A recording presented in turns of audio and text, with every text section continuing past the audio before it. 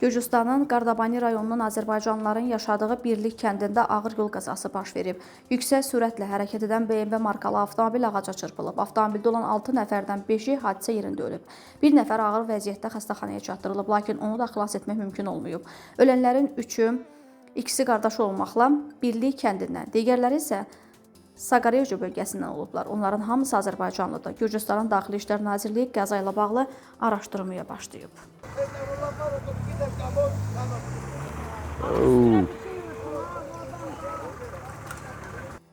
Bakı Dövlət Universitetinin tələbəsi vəfat edib. Bu barədə universitet məlumat yayıb. Bildirilib ki, Nərmin Hikmət qızı Kərimova Tarix fakültəsinin tarix müəllimliyi ixtisası üzrə 3-cü kurs tələbəsi olub.